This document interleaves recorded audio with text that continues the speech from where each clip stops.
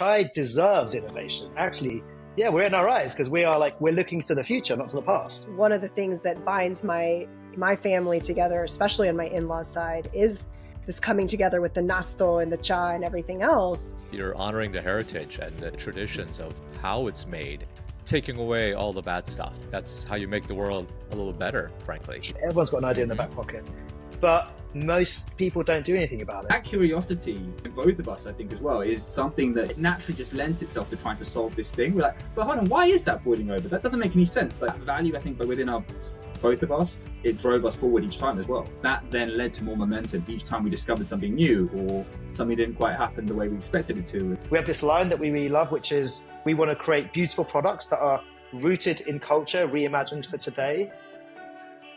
Every time I'm at my mother-in-law's house, I watch her make cha every afternoon. And then if I'm there in the mornings, every morning for my dad and for all the kids.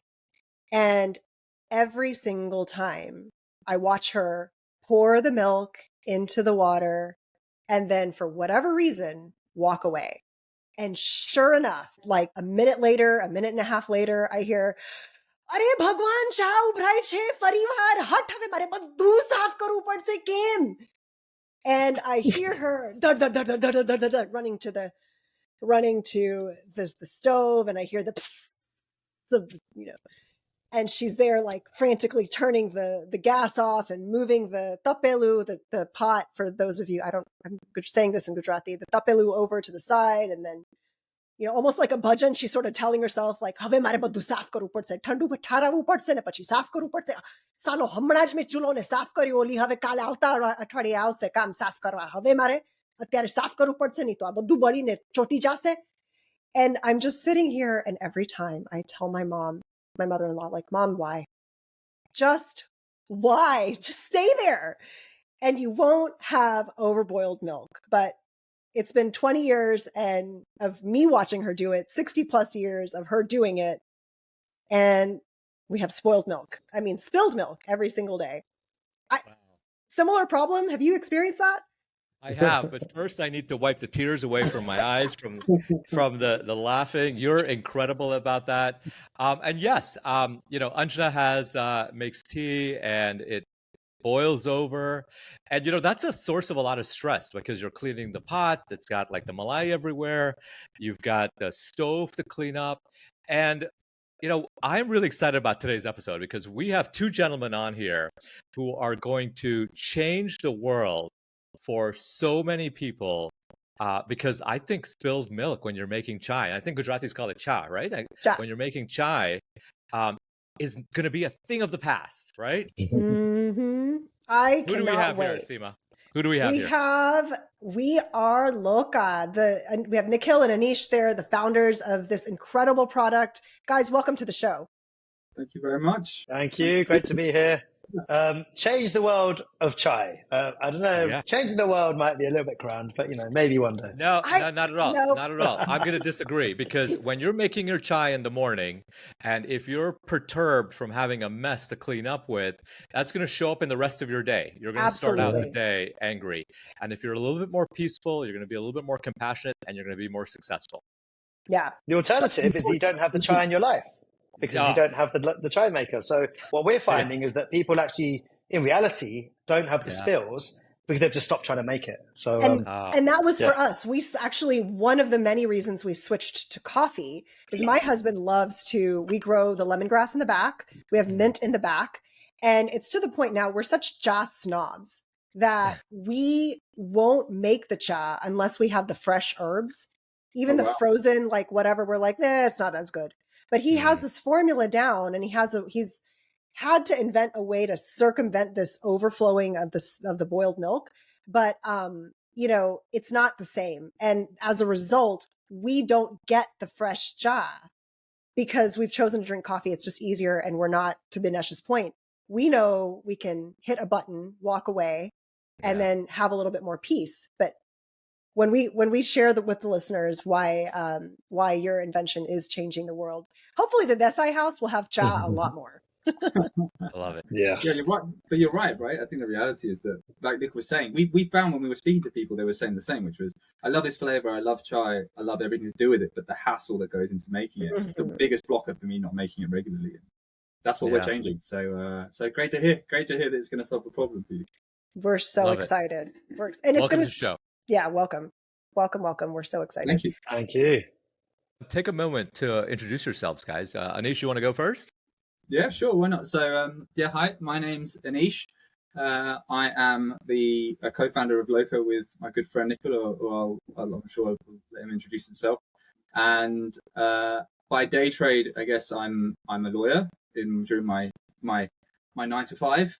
And at night, I become a chaiwala, and I brew the best chai in London. So that's. I'm gonna have a Big claims. Chai beef coming. Chai beef coming. Coming soon. Yeah. So that's me. Great to be here. So we didn't know we were going to be professional chaiwalas. That's certainly not something I was imagining would be part of my 2024 roadmap. But hey, we're here. I'm a part-time professional chaiwala, and by day I'm a creative entrepreneur. So I've spent the last 15 or so years working at the intersection of technology and the creative industries.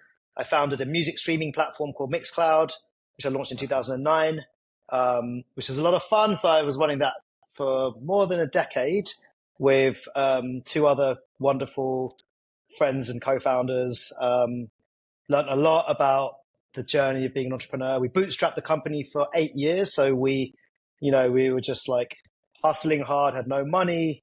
And then we raised a really meaningful venture capital round. So then we had lots of money and made loads of mistakes, spending it the wrong way and learning all those lessons.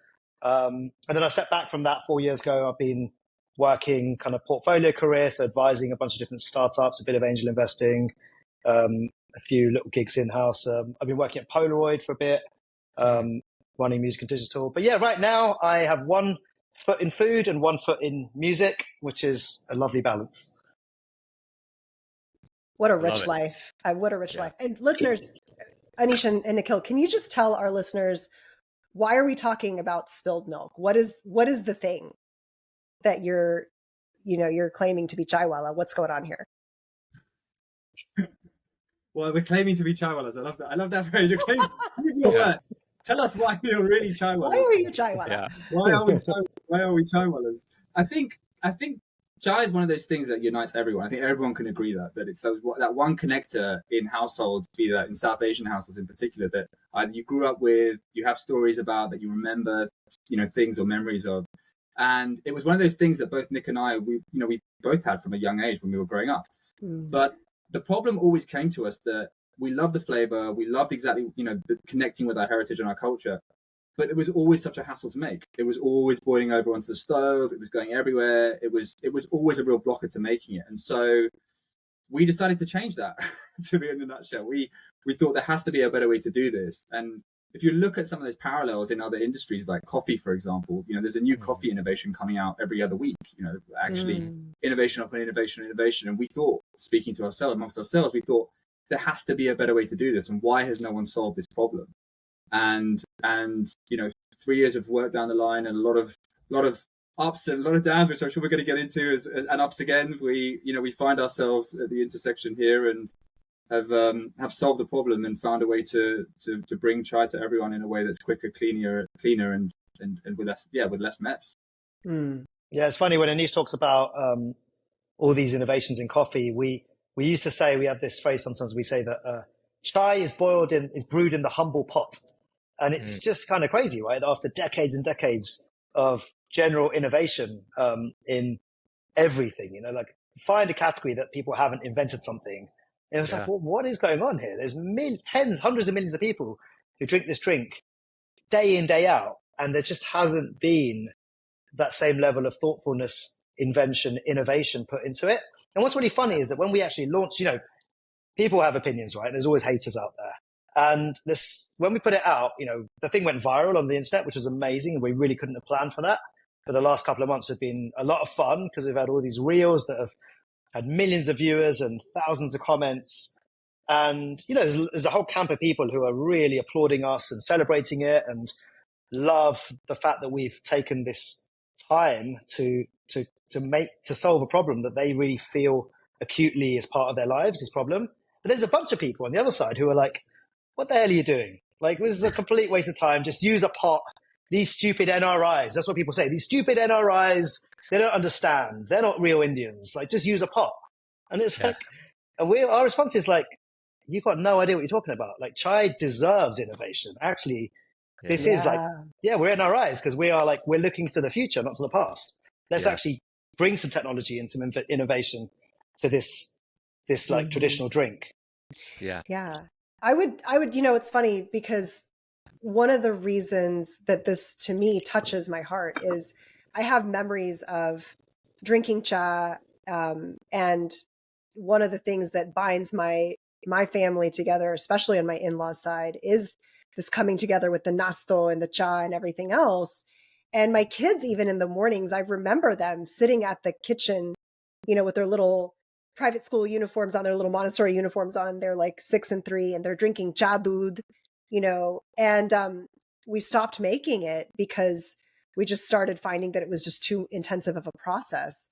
Mm-hmm. And what I love about this is you have allowed for us to then now be able to reintroduce this sacred ritual into our home and really show these kids like, hey, making great cha in an instant, like you can do this with ease. It's going to be something that you can incorporate, and it's so great for you too. All of the spices and things Ayurvedically are so healthy for you. So it's such a great thought process. Thank you for bringing it into the world. I love that you talked about the sacred ritual as well. It's great words. And we talk a lot about this idea that, brewing a pot of chai is a ritual, 100% is a ritual.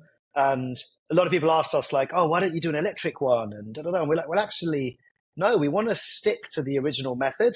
Yeah. We want to stay as true to the original ritual of chai, but just make it more convenient, make it easier, make it a little bit quicker. Yeah. But actually that process of brewing on the hob and filling your kitchen with the aroma and all of that stuff is really important to us. Yeah. Yeah, so important that you're honoring the heritage and the traditions of how it's made, but just sort of taking away all the bad stuff. And I think that's how you make the world a little better, frankly. You amplify what's good and you leave behind what's bad. Mm-hmm. So take us back. We've got the Loka Chai Maker. It's insanely popular on Kickstarter. I think last check you were trying to raise $11,000. You raised over $650,000, right? Not quite 650. Nearly there. It will be after this podcast airs. Because I've been watching the numbers and almost like 5,000 backers. So it's a novel apparatus, I'll say, to brew chai at home without all the mess and the cleanup and the potential spilling. But take us back. I know you guys were at university. You had a friendship that was grounded in music, basketball. Take us back to those days and share with us how we got to the Kickstarter campaign and this wonderful innovation that's going to be unleashed on the planet soon. Sure. I mean, I'll start on that one, I guess. Nick and I went to university at Cambridge. I studied law. Nick was studying maths, and we connected just as you do at university through a love of music. Actually, primarily, we were into a lot of the same music. Basketball. We used to play basketball quite a lot as well, and obviously South Asian food and chai as part of that too. And our friendship, goes back over 20 years, and we've stayed in touch since. We used to DJ together out in London and carried on, our friendship and growing that through time and developing. And about 3 to 4 years, 4 years ago now, actually, I was diagnosed with Hodgkin's lymphoma cancer, and hugely traumatic time at that time. And it was lockdown in the UK. It was very, you couldn't see anyone. And Nikhil used to visit me and say, come on, let's go for a walk. It's good to get out, get some air, etc. during my recovery from chemo and radiotherapy. And I was, making chai for us when we were going on these sort of walks outside together. So we would I'd be making this chai and it kept boiling over. It kept boiling over again and again. And I'd pour these or sort of decant these then into sort of 2 ceramic white cups. I remember from IKEA, so we used to hold them in either hand. Can I just interrupt? Can I interrupt a second? Do you have your Punjabi impression of what Seema did earlier?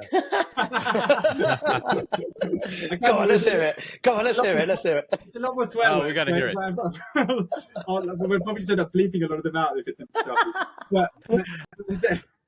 But essentially, I'd be doing the same, right? And it would be spilling everywhere when I was pouring out, holding a strainer at the same time. And I was going, what is going on? And then Nick and I were going for these walks, and we sort of were discussing this and talking about it. And we just said there had to be a better way to make this. You know, both of us were saying that. And we were taking sort of steps outside in this park nearby where I used to live. And we sort of then just looked at each other. We were like, well, why don't we solve this? And so we started this journey very organically, just as a fun journey together, 2 friends, just, you know, setting out just to have some fun, try and see if there's a way to do this better. And step by step, it just kept evolving. And, you know, we then met, you know, met the incredible team that we have today. Andy, who's our chief engineer, who lives in New Zealand. Big shout out to Andy and John from Pentagram, who's an incredibly talented product designer as well. And his team. And his whole team, his whole team. Exactly. As well. And things just kept naturally, organically just flowing there, step by step by step. And we went through the journey of trying to solve this problem, and until we then landed up to where we are today with, like you said, Dinesh, right? The Kickstarter was launched. The reaction has been incredible. We had thousands and thousands of backers and millions of views and things that went viral. And yeah, we couldn't have been more blown away by the response. It's incredible. So and because the other thing too is it's the spilled milk is something that's common even just with when you're healthy, right? And you've got a million things going on. But I can just sort of really see you, Anish, as you're undergoing this treatment. Like you're mentally and physically sort of in this depleted state, I would imagine, in a way I certainly can't describe. And for that to be an additional point of friction, I guess, it's just, I really feel like that story just brought it home for me. And so, yeah. That's a really interesting observation, actually, because I don't think we've ever necessarily together reflected on, like, maybe actually that additional friction or the state of mind you're in helped you see that insight even more sharply. Yeah, like would you have felt it so much if you were in a healthier place? Like that's a really, really interesting question. So that's a good point, Seema, actually. You're right. Maybe it would have just been like, it's another issue, just whatever, just clean up and get on with life, right? But yeah, maybe there was a point, it's like, well, I can't take it anymore, I've had enough, right? Someone needs to solve it. But maybe that but was... There is a question of like, how do insights happen? How does breakthrough thinking happen? And, you know, one thing that we did reflect on is that, like, I think probably the fact that we were walking when we were drinking that chai every day for like a few weeks, not every day, but, you know, every time, once a week for about 3 weeks. I think if we were sitting in his living room and, you know, listening to music or whatever, I maybe wouldn't have had the same conversation. So I think there's maybe a kind of combination of factors, like this thing in COVID. Like, I think probably we had space and time in our heads, and we had the movement and the dynamism of the walk. And I think all of these things meant that, like, maybe we were seeing the world slightly differently. Yeah. What I'm hearing is that if Nikhil would have come over and made the chai for Anish, we may not be here. Yeah, but the thing is, that never would have happened because I'm obviously a very selfish friend, aren't I? I made Anish to make me the chai. But I am curious, Anish, now that Nikhil posed the question, what is your answer? Did you feel maybe that was what sensitized you to this? It's funny. I was going through a bit of a journey myself during that time where I was reading a lot of different things and just books around, you know, I think I was also questioning things within myself, I think, at that time around, you know, I've got this career that I enjoy as a lawyer, in a telecoms company. So I'm on the exec team of this telco in the UK called giffgaff, incredible company, you know, great place. But at the same time, I was always questioning. I was like, oh, actually, what would it look like? I was always at that time thinking, and I was talking to Nikhil at the time, like, what would it look like if, for example, I was to do something different? And this whole idea around problem solving and spotting was like being something that played on my mind more. And there were a couple of talks at the time that I was listening from Paul Graham from Y Combinator and a few other places about sometimes the most obvious problems are right in front of you, but you just don't see them.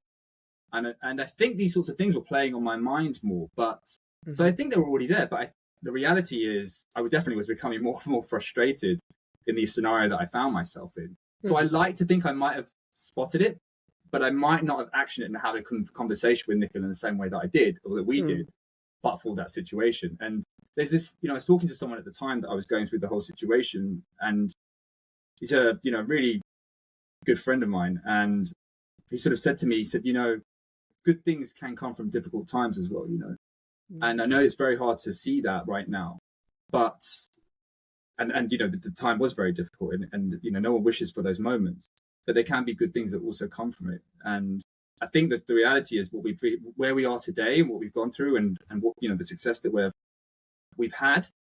Every time I reflect on that always reminds me of that. It always reminds me. So when you say the success we've had, it's just the beginning, right? It's literally just the beginning. We've only just launched this thing, so we've still got a mountain to climb. So we're excited about the journey ahead as well. It's interesting. I feel like you've already changed the world in that just the concept that this could be different. That's how innovation happens, right? Somebody takes the first step. I mean, who was it? Bruce Banner, I think, broke the 4-minute mile or the 5-minute mile. And prior to that, everyone was saying it's not possible. A human body can't perform like that. And then as soon as he did it, people that were alive and were doubting it were able to do it later on, right? And, as a patent attorney, and we've talked about this a little bit, you see someone take the step, and then the innovation just flows because you give permission for people to tap into their creativity. Yeah. I think Anish also touched on another thing there, which was, because we talked a lot in the last few minutes about where the insight comes from, but then you made one comment, which was then acting on it. Your answer to Seema's question was, well, maybe I would have seen it, but maybe I wouldn't have acted on it, right? And I mean, that's such another common thing, is that we're all having ideas all the time, sitting in the pub and chatting to friends and shooting the shit about stuff that maybe you want to work, ideas. Everyone's got ideas in their back pocket, right? Everyone's got an idea in their back pocket, but most people don't do anything about it. And even for us, honestly, when first we started talking about it, we were just kind of messing around, right? We're like, this is something that we've both experienced, and we should really, wouldn't it be fun? Wouldn't it be fun to try and solve it? Yeah. But somehow that wouldn't it be fun conversation actually turned into tangible actions and momentum and work. And really, we couldn't have predicted that. Like, we really could. We didn't set out. This is the interesting thing about it. It was very organic. We didn't sit down in a room one day and say, hey, we should be co-founders in a business. Yeah. That's not how the story went. We didn't say, we want to come up with an idea. We want to build a company and blah, blah, blah. It's just so organic. We just started talking about it. Anish went home and started doing these mad experiments in his kitchen. And then my kind of default with these kinds of things is just to talk to people, because the reality, the other thing of this is that for most entrepreneurs, you're building problems that you've encountered, but not solutions that you know how to build. When I built my first business, Mixcloud, we didn't know how to do deals with record labels and deal with music IP and build a streaming company and, deal with all the architecture of the platform and all that stuff. But you just have to build the right team who can help figure it out. So when we started talking to people, and we were just like, reached out to some people, I was like, do you know people who do product design? Do you know any engineers who have done kitchen stuff? And suddenly people were like, oh yeah, you should chat to, what happened? There was 5 different people said, you should talk to this guy called John at Pentagram. And when I kept hearing his name pop up, I was like, I should probably talk to that guy, John at Pentagram. And, then things just started moving from there. Yeah, you're touching on so many different things. And I also believe that, ideas are a dime a dozen. Most people say, I need a good idea. I need a good idea. I believe that every idea is a good idea. What matters is how good is your execution, right? I mean, if you look around, water's been on this planet since before we are. all you needed to do was put it in a bottle, and then you can sell millions and millions of bottles, right? So it's not that the idea needs to be novel, but Nikhil, But you touched on a couple. even then, people are still reinventing water in a bottle. Look at liquid death. Now it's water in a can, right? So like, Yeah. even then, you can continue innovating. Yeah, absolutely. But you touched on a couple of things. One, the more obvious one is a belief that we hold is that every resource is on the other side of a conversation, right? And you demonstrated really articulately how being resourceful can move you from not having the foggiest idea of where to go, but having conversations with people. But the really important thing that caught my mind is that from conception of idea to action, there was a bridge built by fun. Because if you would have said that, hey, we've got this idea, it's going to be a pain in the ass, and it's going to be forever, and I'm going to have to make a ton of sacrifices and devote 5 years of my life to making this happen, you can already feel the energy drop out of the room, right? You can already feel like, God, like I don't want to do, like, that's exhausting. Talk to us about that fun, because I feel that missing bridge, and I think this is a eureka moment, frankly, for a lot of people, and for me, is if you can build where you are to where you want to go and connect it with fun, whatever that looks like for you, the passage is just so much easier. Yes, spot on. You kind of hit it on the head, and I think the rudiments of all of that formula are sort of exactly what we've been speaking about, right? So it's friendship. It was just no expectations. It was just going into it very open-minded, not sort of having an idea about what it was going to be, just going through the process of trying to experiment. And I still remember that we did all these crazy things, like having a Bialetti and trying to see what would happen if we put masala chai in it and try to use that to make chai. And then, remember Nick and I were in my kitchen with a sort of pressure cooker trying to see what that would do, and then using a coffee machine and saying, well, actually, instead of coffee, why don't we just put masala chai and see what happens instead? Doing these sorts of things, it was really fun. I love it. Looking back, I look back at those moments, and I've just still got pictures on my phone. I look back and I just go, there's so much fun doing that together. Yeah. Some of them are on our Instagram, aren't they? Yeah, exactly. Yeah, you can see some of them on our Instagram reel. We are Loka, actually. So if you're curious to see what would happen, what's waterboarding? One of them is very, very explosive. So you can understand why my wife was probably not quite happy with me after that. But anyway, so yeah, all those things I think then laddered up to this process, right? But those rudiments in themselves, that set us up for success for where we were today. Yeah. How Mary Poppins, right? You find the fun and snap the jobs again. And it's so true, right? You just sort of hear it as a kid and you bop along to these songs, and then the world comes and tells you, like, there's no time for fun. You've got to be serious. And the thing about it is the great ideas and the inspiration and the attunement to find that loophole in the matrix, if you will, of what your reality is. It whispers, right? That intuition whispers. There's no light up signs. There's no ringing bells. It's about, how in the flow are you? How open are you? And I love that you shared that you were really attuned because of what you were doing, moving your bodies together. So you're socializing and finding support in one another. And then also surrounding yourself and immersing yourself with what kinds of things am I listening to? What kinds of things am I reading? So that you're just setting yourself up to be able to take that jump when the time comes. It's fantastic. Yeah. The other thing then is that's like, I love this summary of it all. And before we started this recording, you got us to do an intention exercise, and so the other part of this is also when Dinesh, when you described it earlier, you were like, we could have sat down and gone, okay, now here's all the expectations, and here's our targets, and here's our timelines, and blah blah blah. And that's, you're setting an intention for it to be a heavy project and for it to be very serious. And this is, we've got a timeline, and if we don't hit it, we're going to, tapat. But actually, we were in a different headspace. I was certainly, speaking for myself, I was in a different headspace, which is that I had quite recently stepped back from a company that I was running for over a decade, which was, it was really full on. It was a proper startup journey. And I was kind of like in a bit of a kind of zone of yes, and a bit of a zone of like taking a bit of a sabbatical and just kind of re-energizing and looking at things through a slightly different lens, which is actually a lot of my intentions for that year was to re-engage with my creativity. And I think Anish is the same. I can certainly speak for him as well, which is that I know that Anish was really looking to kind of re-engage with his creativity in that period. So I think we did approach a lot of this as a creative project first, more so than as a startup. With a lot of curiosity of what's possible. That's actually what I was going to actually touch on. It's funny you mentioned that, Dinesh, because that's, I think, I was thinking about values-wise, that's one of the things that, I mean, Nick, I've got to say, Nick, I've learned so much from Nick, right? But one of the things I think I really love about Nick as well, he's so curious.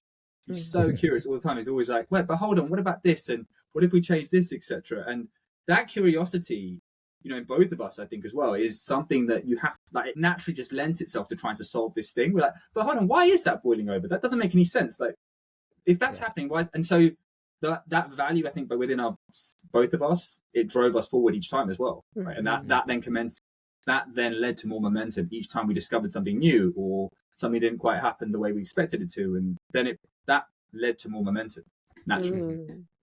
Yeah. So good. What we all know that the journey from idea to a commercial product, especially in the retail space, right? A commercial consumer product is not something that is a straight line, and it's not easy. There's a lot of wreckages along the way. And we want to get into in a little bit, startup life. I know, Nikhil, you're part of the startup world. Anish, Indian educated professionals sometimes can display tendencies to being conservative or being risk adverse, right? And startup life is not for the faint. But you had just come off of a health diagnosis. You're going through all of your recovery, and it's not unreasonable for someone in your position to say, I've gotten a second chance at life. I want to do the things that I want to do. I don't want to really invest my time in a sort of in a venture that requires so much of me, right? I don't want to give so much of myself. I want to spend time with my family. And along the way, there are probably naysayers, doubts, challenges. We want to talk about that a little bit. Tell us about that part of the journey, especially from Nikhil's, your perspective, where Anish is recovering and you're trying to balance his recovery with running what's going to be a business, and Anish, from your perspective, along with all the naysayers and the doubts and the challenges. Yeah, good. Who wants to start? I was going to say, I mean, it's the first thing that comes to mind when you say that, Dinesh, is it's funny though, but because we were just having so much fun, we never had this as I'm starting a business, or this is where we're going into startup land, or whatever. That's that frame of concept, I think, as well. When sometimes you say that, it then set expectations sometimes in your mind just mentally around, oh, this is a startup. I've got to make this into something. It's got to turn into a success. There's investment. There's this, there's that. I'm giving up my time. It was just, again, two friends having fun that were just experimenting and seeing what could happen. I think it became more real, I think, as we realized that we were building a team around this, and we were sort of doing more and more experimenting that led to more, John from Pentagon who got involved, and Andy, etc., getting involved. That was there, I think, that then became it became a bit more real, I think, at that point. But that was still probably, at least, I would still say probably, Nick, from the first conversation we had, what was it, a year or so maybe after we started originally experimenting, maybe? I can't even remember. We got them. No, it was quicker that we got them involved. But I think there's something interesting about that journey. So, yeah, you're absolutely right. We started it with fun, and then it became, obviously it wasn't fun through the line, right? Like, it became serious. Yeah. You can be fun and serious at the same time, right? You can hold both those concepts in your head at the same time. But we did take it seriously. As soon as we built the team, we started investing money in it. These guys weren't working for free. And they are like world class at what they do. So we took it seriously, and we had to pitch it to them. Remember, we had to actually persuade them that, like, this is something worth working on. Because we didn't, we got very good rates from them. And then I think one thing that did happen, which is interesting actually to reflect on, is that, so we were working on the Loka Chai Maker, and, let's say, like, I don't know, 18 months later, whenever we're still doing the work, because it takes a long time to make a physical product, and there's a lot of iteration, a lot of prototyping. But one thing that happened in that journey is that me and Anish did sit down, actually, and start to dissect it and go, what is the business here? And we stretched it into so many different directions. And I think that's actually, at some points in that journey, we got a little bit lost, and then we found ourselves again. And in some ways, we were actually pushing ourselves quite hard to kind of like turn it from something that was like fun into like a serious business. And we were like putting together these decks that were like massive vision, like this is going to be huge. And I remember we sat down with my friend Toby, and we were like, what do you think of the deck? What do you think of this vision? Like, we're going to build this massive South Asian brand that's going to be, this product brand that's going to sell all these incredible products across food and kitchenware and homeware and fashion. And he was like, guys, slow down. And this is like the advice that I give to other entrepreneurs all the time, but just wasn't listening to myself. Like, slow down. You've got the perfect first project here. You've got the perfect platform to launch it on and test it and validate whether there's an interest. And then you can think about what comes next. So we did actually run a little bit too fast, and then we had to slow down. But we don't regret any of that work, because actually a lot of the thinking we did around this kind of like wider brand narrative of Loka has now, it shows up in the way that we talk about Loka, the chai maker. If you look at we put a lot of thought into the brand design, the brand story, the colors, the fonts, the aesthetics of the whole thing. And I think, honestly, if we didn't do that, it could have felt a lot more bland. I mean, I think, generally we both are creative and we want things to look great. But I think that running a little bit too fast did actually serve us in the end. So you guys were saying that there were a lot of naysayers and a lot of people questioning, why are you doing this? You're dreaming too big. You're running too fast, and all of these things, all these reasons to slow down and question whether or not you are on the right path, whether it's going to be worth your efforts or not. Yeah, it's fun, but to what end? So, how it occurs to me that not everyone deserves to hear your opinion. Not everyone necessarily is in a place to be able to receive your idea and actually be supportive and productive. So, I mean, did you find that you actually had to start being discerning with who you told and when and how and where? Or, I mean, did you just go out and tell the world everything? Like, what was that process like? If you don't mind, Anish, I've got a kind of a perspective on this, which I think you'll probably share, which is based on the mum test stuff that we used, which is actually, in some ways, we actually applied the opposite principle to that, which is that we looked for the naysayers. We looked for, so in the startup world, and we keep saying we approach this as a fun project, but fundamentally we did have to think about this through that structured lens of validating the idea, understanding the problem, understanding the consumer, understanding if there is actually genuinely a need here. And, a friend of mine wrote this brilliant book called The Mum Test, which is all about how to talk to consumers and how to understand if the idea you're working on truly is worth working on. Do you truly have a problem people care about? And a lot of what he espouses in that book is that when you talk to consumers, when you do research, you really try and ask people, like, just assume that they don't want your idea and try and get them to persuade you that they do want it, rather than selling it to them, which is what people often try and do. So we're actually starting from the opposite lens, right? Which is like, oh man, like, do you really want a new device in your kitchen to make chai? Like, God, that must be a hassle, right? And just see how they react. Yeah. I love that. Yeah. That's a great principle. They talk about it like when you go to Amazon, don't read the 5-star reviews. They already love it. Read the 3-star and the 2-star reviews and see if you can live with the problems, right? And I think, wasn't there a famous story of where they were trying to bulletproof World War II bombers, and they started out looking at the planes that came back, or the planes that got shot down, and the planes were still being shot down. So instead, they looked at the planes that came back and put armor where there was not bullet holes, because it's fine to shoot those planes in those areas. They wouldn't be shot down. But the planes that came back had areas that were without bullet holes. And that's where you wanted to fortify, right?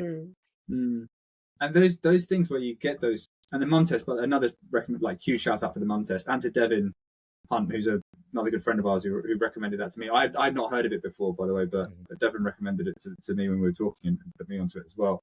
And the reality is, I think you're always going to find, Seema, you mentioned the naysayers. You're going to find that everywhere, right? In all of your ideas. And your job, I think, if you're coming up with an idea and you're trying to innovate, is then also trying to see past sometimes the no's, not in the sense of saying, oh, that no is just nonsense, forget it. Sure. But actually trying to discern, is there a problem here, to gain the insight and understand, is the problem worth solving? Because we did, we dozens of tests or dozens of consumer interviews actually as part of this, as opposed to tests, sorry. And in those interviews, when we're just talking to people and trying to have conversations, we could see the rudiments or the breadcrumbs being, there's this problem here that everyone's circling around. But if you would ask them it directly, like, is mentioned in the mum test, they'll be like, no, there's no problem here. What are you talking about? Like, there's nothing to see here. But we could see and feel those crumbs. And our job was really to then piece that together like a bit of a detective and go, hold on, wait a minute. There's a bit of a pattern forming here where we're seeing insight as part of those conversations. This is showing us this is going to be worth pressing into, we think.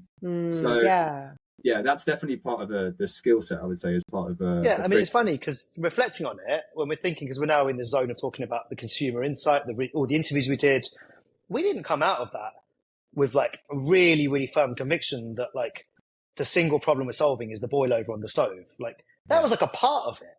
We need to talk about everything, like the time, the cleanup, the boil over. And it still is, still the product is solving all those things, but it's the boil over that has really resonated with people. It's the boil over that has like gone viral. But we honestly wouldn't have necessarily predicted that. So we're also surprised, right, when you put things out in the world. Interesting. Yeah, I love that you're almost finding all the reasons someone would say, I don't want to make the cha today, and addressing them all before they even recognize that they are telling themselves, here's, all the reasons no.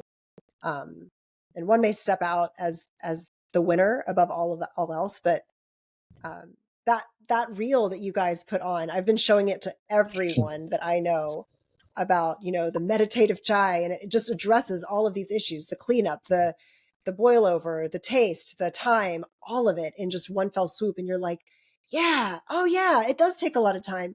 Oh man, there is a lot of cleanup. Yeah, the worst part is when the cha, the milk spills over. And it's just you guys did such a great job, and you can really see the intention behind really looking at this problem from not just a singular, the milk being the issue, but every part of it, and seeing what you can do to make it just accessible again, which is really cool. Yes, well, I mean, we were like London Kilali was our friend who we worked with on that, and she just did an absolutely incredible job of just bringing such humor and joy to the whole reel, and identify. And we kind of, like you said, we spoke about each of those elements of the problem. It was the pouring, it was the boiling over, it was the straining, all of those things, the cleanup, and just highlighting all of those in quite a humorous way. And it's funny because what's happened since then, right, is that I've had a number of people, a number of fellow entrepreneurs have messaged me since and been like, hey, like, can you give me some advice on influencer strategy? And I'm like, we did not set out with this project to have an influencer strategy, right? We didn't like have 20 influencers lined up and they all made a video and we put them all live on these different dates. And it was just an accident. Like we met Lali. She was wonderful. She just loved the problem as well as the product, but she fell in love with the problem. She's like, I need this in my life. And she put the script together. She did an incredible job, but it was just a real kind of like fortuitous outcome. But since then, we've somehow become these kind of like influencer marketing experts. But one of the things that I keep on saying to these people that are asking me for someone's advice is, it's such a simple thing, but it seems to resonate. I didn't realize it was actually advice until people were like, wow, that's really good what you just said, which is when someone comes to you and wants to make some content with you for your brand, let them lead. So I think it's so common that you're like, this is my brand, therefore I need to give you a brief and you need to like play by our rules. I want the product talked about in this way and you need to do this and this. And we did it very differently with Lali. She was like, I've got an idea. Let me just write a little mood board and a script and let me know what you think. And we did like 2 to 3% tweaks around the edges. And actually, mostly it was just like some feedback, like, oh, maybe this would be a cool way of doing it. And it actually made it better. but we didn't want to own the narrative. We didn't want to say, this is our brand. You've got to talk about it like this. And she just did a wicked job as a result because we gave her creative freedom. Yeah, so good. You know, I was having dinner yesterday with a pretty big influencer in the US. I think he's got over 2 million followers on TikTok and 1.6 on Instagram, and he does brand deals with some really big, well-known global brands. And he said the same thing, that if you look at the brand partnership content that I put out, it always does less than my content because they're asking me to change so many things. And often when they come back and change a script, or they tell me to move this out of here or move that there, I'm like, guys, you're making it worse. Like, it's not going to perform well, right? And I think Gary Vee talks a lot about this, is that, letting the creative lead. It's not your zone of genius to let you don't hire smart people and tell them how to do their jobs, right? Basically. That's spot on. Totally. But that's the thing, right? But for some reason, people, it's a control thing, right? It's a control thing because people are like, this is my product. I know how it should be talked about. But actually, you don't, because you don't know how other people want to talk about your product. Right. Yeah. What about money? You're raising money through Kickstarter. A lot of people that I know are sometimes shy to ask for money. Feel that it's maybe a little icky, like maybe my idea is not that great, or even so that I'm afraid of taking money from people and then losing it, right? And that would make me look bad. Talk to us about your mindset around putting together the Kickstarter campaign and taking in money before you actually have a product. I mean, I can talk about it in the round more generally before we sort of go into a bit more specifics here, but I think we both had conviction, when we were going through this journey, or particularly when we created our Looks Like prototype, that this is an incredible product that solves a real problem that people will want. And the beauty of the Kickstarter platform is exactly like you just said there, Dinesh, right? Like, if in the old world before these platforms, you would have had to invest in all your development and production, all your tooling costs up front, made a whole bunch of orders, had the stock ready sitting there, and then hoped that someone somewhere across the world is going to like your product like you want, like that you enjoy it and are proud of it, and then purchase it. And that is a huge risk to take, right? Like, for anyone, let's just think about that. That's you're taking a massive gamble. And the beauty of that Kickstarter platform is exactly that. It de-risks it for you as a creative, or for us as creatives, that we can enjoy the process of making this incredible product, of designing it, of actually then dialing up on the sort of marketing side and trying to work out the pain points and seeing what resonates with people and do all of that fun stuff. And then once you ensure that you have that demand, you can then make it for everyone and deliver on that product and make it the success that you want it to be. And that then hugely de-risks everything it definitely de-risks a lot for us as creatives. But I think the secret obviously is, you often hear about these things as Kickstarters, that there are Kickstarters that created or had a huge amount of hype but they failed to deliver, or, there's a lot of sort of sometimes bad press that some Kickstarters can get. Yeah. And the interesting trait, I would say, for a lot of these, when we dug into some of these, is that sometimes people would just throw up this idea as a concept without having done any research on suppliers, manufacturing, the due diligence, on making sure that they could deliver on the product, put it out there, and then we're like, we're going to make this somehow. And that is just it's a very dangerous execution strategy. So we de-risk that as much as possible. So, a year and a half ago, I flew to Frankfurt to Ambiente there as a supplier fair, and then tried to source the right supplier. We've been working with them for a year and a half. We've been working with them on our DFM, so the design for manufacture, for that amount of time to make sure we're ready to manufacture. And so we've got ourselves in a place that we're incredibly fortunate to have this incredible partner that's going to deliver this great product. And yeah, so that's where we find ourselves today. Yeah, great. Nikhil, anything to add? I think he's done a good job. I think that's it. Yeah, that sums it up. I mean, I can talk a bit about like the lessons we learned, how to actually make a Kickstarter successful. Because we learned a lot, and we certainly didn't start this journey as Kickstarter experts. I've launched things before. I've launched a lot of products, but in more traditional ways. And actually, it's funny because Dinesh, your question that Anish answered was, did we feel comfortable asking people for money? And actually, when you do a Kickstarter, you're not asking them for money. You are selling them a product. But you're selling them a product that doesn't exist yet. So it's actually a really hard sell if you think about it. And there are people out there who are early adopters who are willing to kind of take that leap of faith. But it is actually, I would say, like 2 or 3 times harder to sell someone something that doesn't actually have any reviews. It's not really in people's hands. They've never seen a friend use it. There's no social proof, or there's very little social proof. There's no word of mouth. So in some ways, it's like really, really hard, right, to do that. But yeah, we kind of just have to like have that. You've got it. There's a playbook. There's a couple of things I can talk about. One is you tell the story around the product in a really, really deep way, because those early adopters, they're quite geeky. They really want to know about like, how does it look? What's inside? Like we've got all these like technical drawings that show all the different components of the product. We've got all these beautiful GIFs on the page. We talk in a lot of detail about every functional and design aspect of the product. And then the other thing that I think we did pretty well is we built a strong community around it before we launched.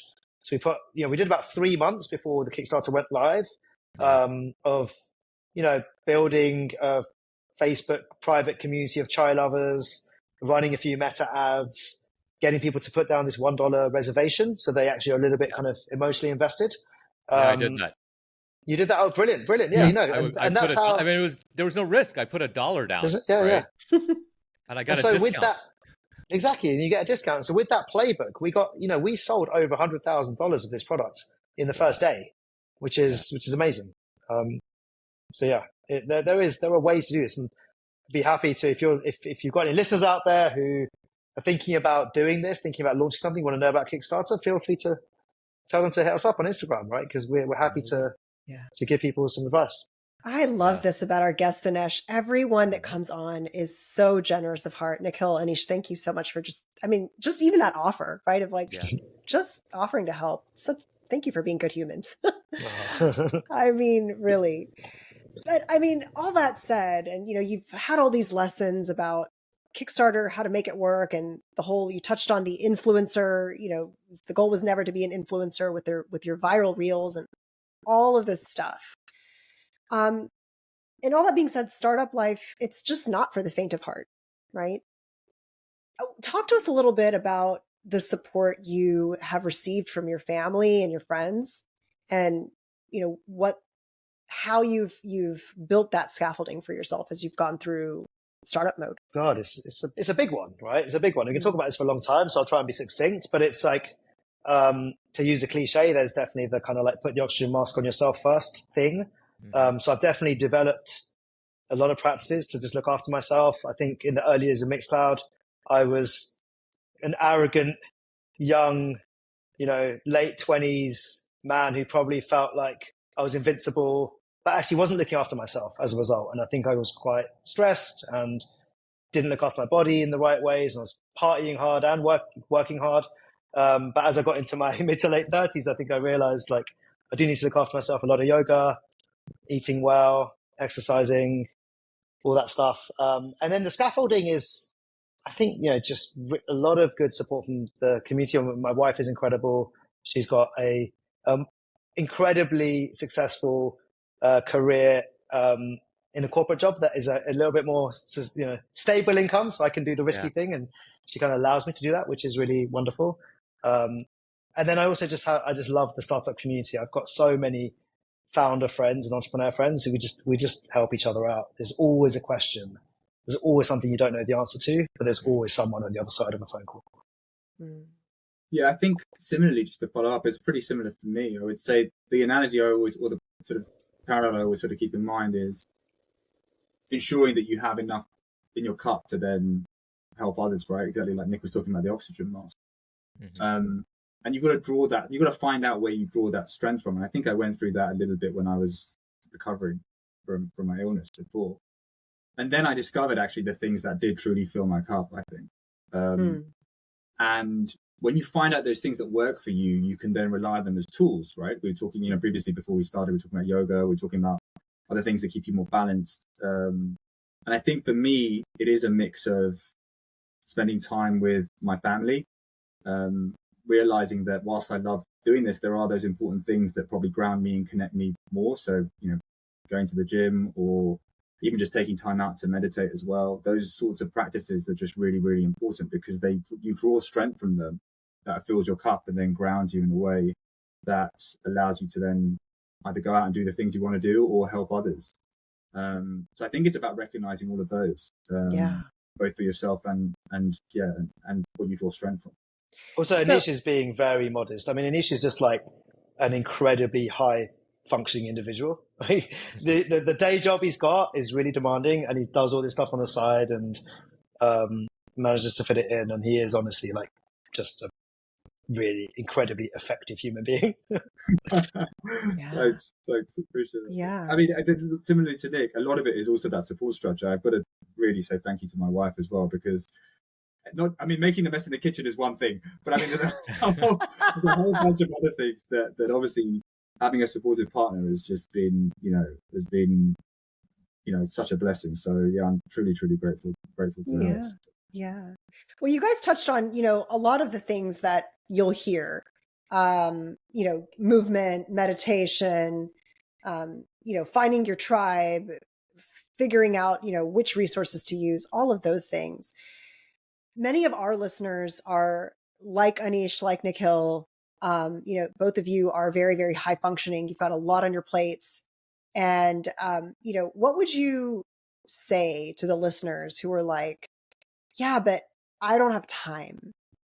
I don't have time to take care of myself because I've got to do work, or I've got to, whatever it is. I don't have time to work out. I don't have time to meditate. Definitely. That's one I hear all the time. I don't have time to meditate. And yet here you are, Anish, you were just telling us before we hit record, you're running this Kickstarter, this business, and you've got your day job, you have got your health, you've got your wife, you've got your child, and you said, well, I'm running a few minutes late because I decided to put her to bed and snuggle with her for a little bit longer because that's what she needed from me. So what would you say? I'd say this is a good. You make me sound like a superhuman. I mean, that is a superhero. You're a superhero. Superhero. If I look back and I think, even for myself, how many times at the end of the day, I had been in surgeries all day. I'd done diapers. I had done dishes, done the thing, and my kids are like, "Mommy, 5 more minutes. One more story. And you just get irritated, you get frustrated, and you're like, I've got to go downstairs, kid. I'm done. And so I just want to kind of, for our listeners, I know many of you have found yourselves to be in a similar boat. Dinesh and I have our own ways of coming around to the other side of that, but you guys are the stars here, and I want to really ask both you and Nikhil, what would you say to people who are in that boat and are telling themselves, I don't have time for this? I think it's very kind of you to say that first, Seema. Thank you. But I think the first thing is also just be a little kind to yourself as well, because I think often we beat ourselves up, right? We go, well, we compare ourselves. That's something everyone commonly finds them in, and they go, oh, but so and so is doing X or so and so is doing Y, and why can't I do that, etc. I think it's okay sometimes if you don't have enough time, and if things are going to feel a bit difficult or a bit tight, or there's those things on the list that you want to do that you haven't got round to. I think it's also then it starts with being a bit kind to yourself and saying, there's a lot of competing demands on myself right now. Some of them I'm going to get to. I would like to get to them. I'm not going to be able to maybe do that today, but there's another time, there's another place. Maybe that's something I can do in the future a little bit more. And then that just opens up the breathing space, because I think sometimes we just demand things of ourselves immediately. And then the other part of it, I think, is then balancing that out with probably then also working out how you can be efficient, right, as well. Because, there is a way, there is also, at the same time, I've had a similar conversation with friends of mine, and I kind of often say, like, if you honestly ask yourself, you audit your day, like, how much of that time do you think you could use in a bit more of an efficient day? And that's a question for everyone. Some people are just saying, well, look, I maxed out all the time. It's not possible. If that's the case, then, hey, remember that first thing I just said. Be kind to yourself. Don't set expectations on yourself. Don't be harsh on yourself, and work out how you can achieve some of those things. Maybe not now. Maybe it's in 6 months. Maybe it's in a year. Who knows?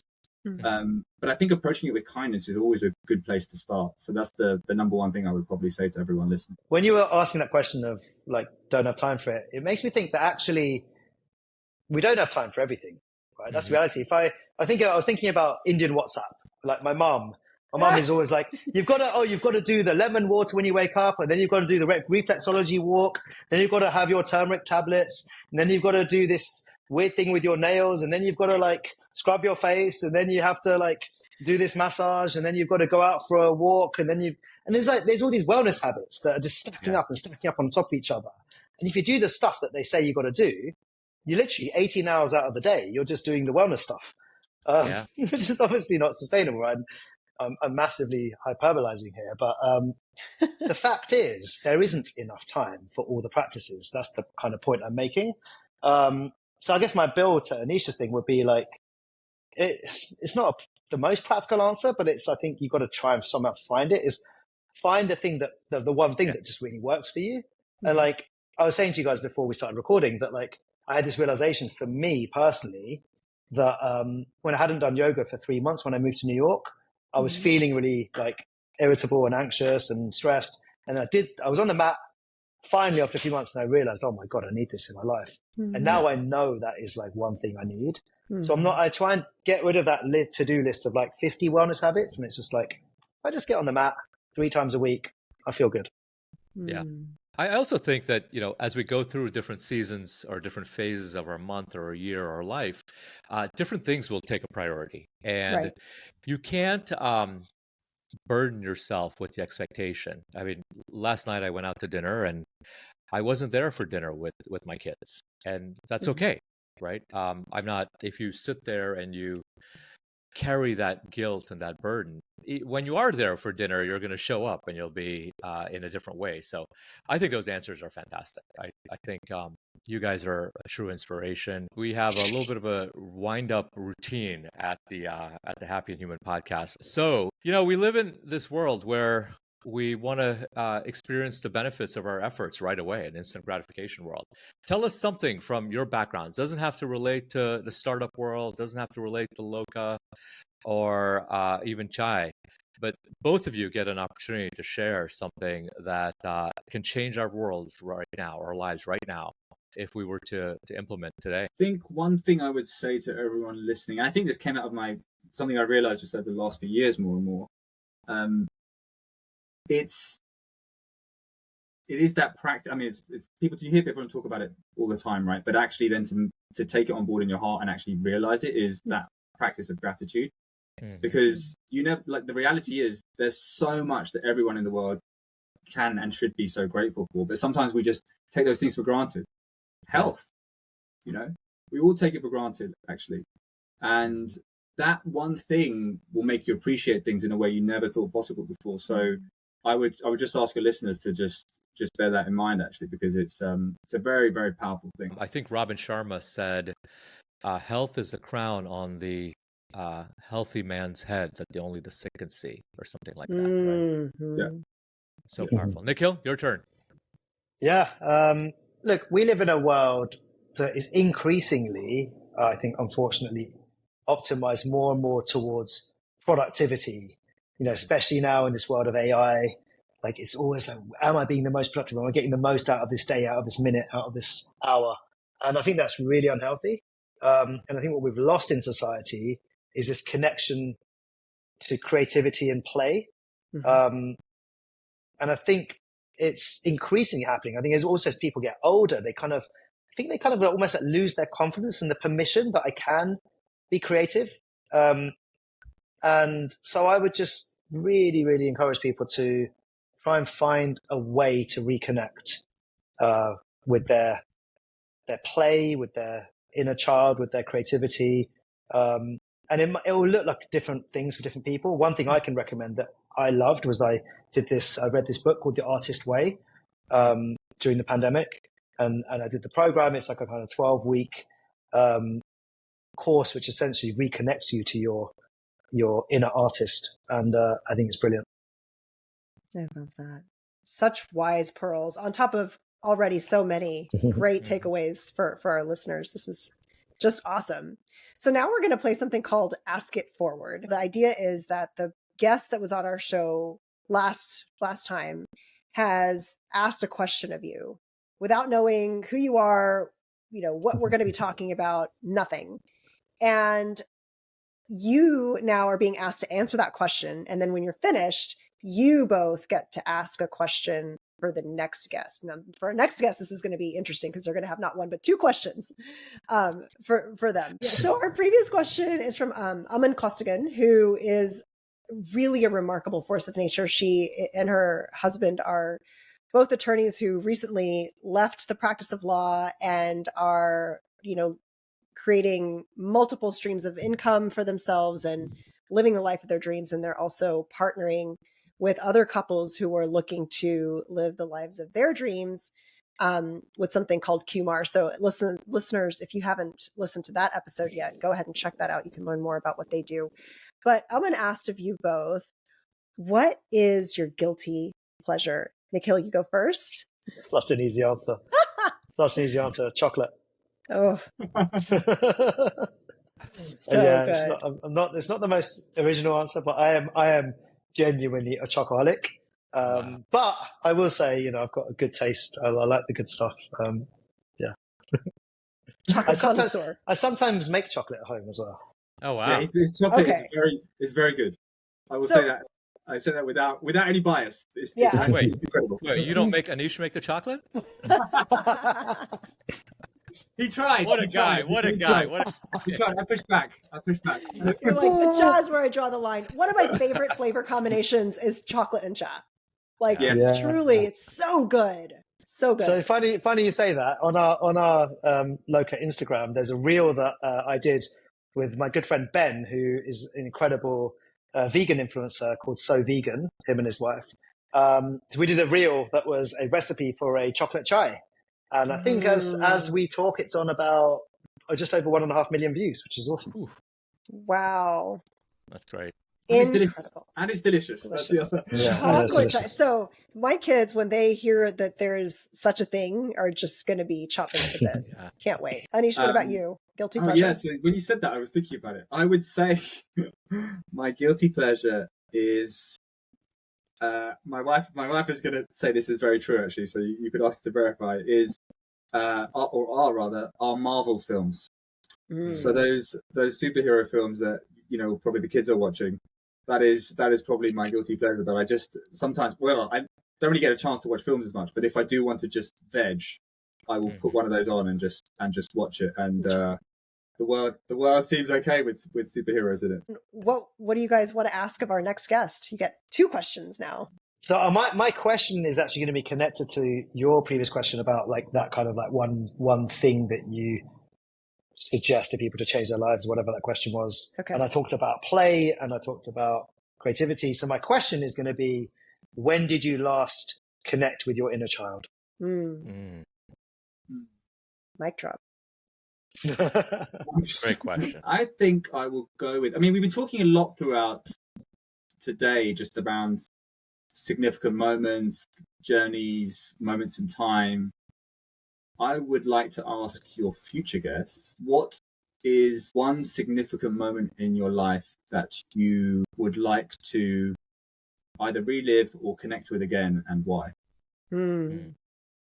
Gosh, you guys asked amazing questions. I don't think I can pick. The next guest is just going to have to answer both. The next guest is going to get one extra question. Hey guys, such a great honor to host you on the episode. We know you're very busy. You're in the middle of a launch. You've had some great things happen. We want to thank you from the bottom of our hearts. And the way we thank our guests on the Happy and Human podcast is by having them identify a cause, an organization that we can make a contribution to on behalf of you. It also helps to raise awareness of different causes and contributions that are near and dear to our guest's heart, for our audience, raises awareness of the organization. And we'd like to give you an opportunity to share something that we can make a contribution to on behalf. And because you were great sports and you're willing to give us 2 questions for the next guest, we're going to invite you to share 2 causes, one for each of you, that we can make 2 contributions on behalf of. Wow, that's super kind of you. And again, love this idea too.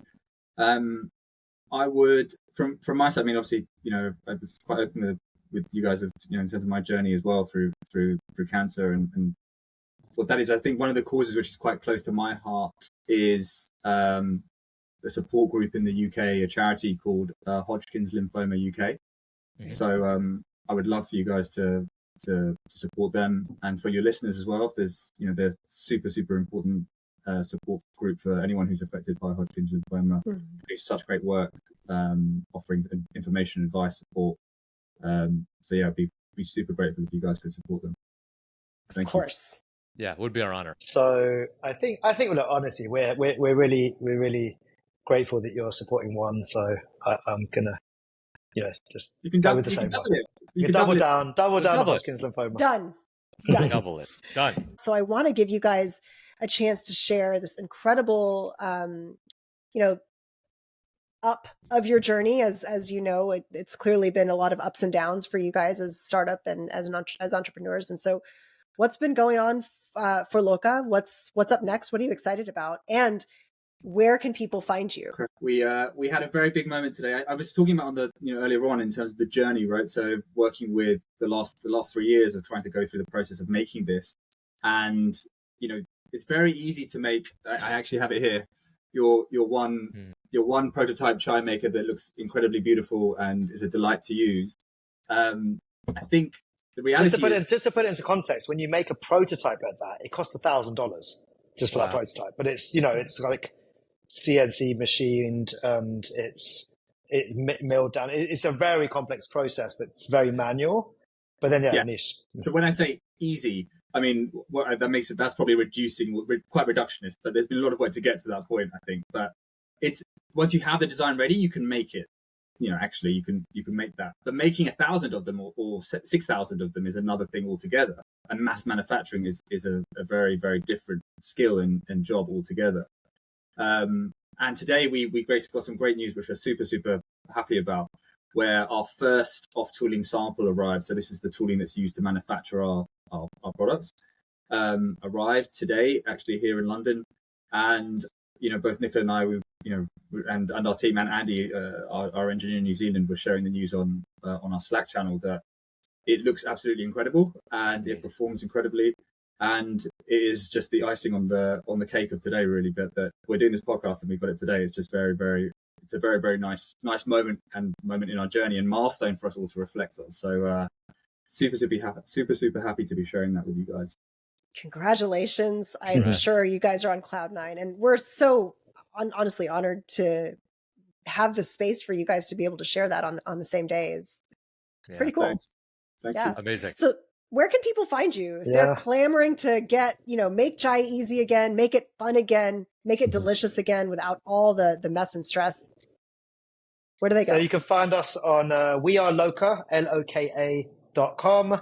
Our Instagram is also weareloka. I think it's _Loka. Same thing on Facebook. And we honestly would love to. Actually, you can email us as well. hello@weareloka.com. And we mentioned on the podcast, we are literally at the beginning of our journey. This is our first product. We have a vision. We have a really exciting vision that we think we can build something really beautiful here that is a brand that really represents contemporary South Asian culture.